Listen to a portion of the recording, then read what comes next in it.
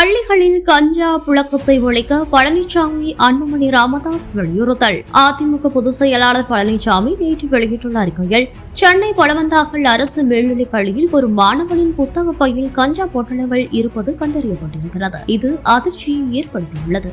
அடுத்த தலைமுறையை பாழாக்கும் போதைப்பொருள் விற்பனையை இரும்பு கரம் கொண்டு அடக்க வேண்டிய காவல்துறையே எதிர்க்கட்சியினரை மட்டும் பழிவாங்கும் ஏவல் துறையாக பயன்படுத்துவது திமுகவுக்கு எனது கண்டனம். எதிர்கால தலைமுறையினரை போதைப்பொருள் புழக்கத்திலிருந்து காப்பாற்ற இனியாவது போதைப்பொருள் விற்பனையை முழுமையாக கட்டுப்படுத்த காவல்துறைக்கு முழு சுதந்திரம் அளிக்க வேண்டும் என்று கூறியுள்ளோம். இதேபோல பாமக தலைவர் அன்புமணி வெளியிட்ட அறிக்கையில், சென்னையை அடுத்த பழவந்தாங்கல் பகுதியில் உள்ள அரசு மேல்நிலைப் பள்ளியில் +2 மாணவர் ஒருவர் வகுப்பு நேரத்தில் கஞ்சா புகைத்துக் கொண்டிருந்தது கண்டுபிடிக்கப்பட்டிருப்பது அதிர்ச்சி அளிக்கிறது. மாணவருக்கு கஞ்சா விற்ற 3 பேரை போலீசார் கைது செய்துள்ளனர். பள்ளிக்கு அருகிலேயே மாணவர்களுக்கு கஞ்சா விற்கப்படுவதும் தொடர்ந்து கொண்டிருக்கிறது.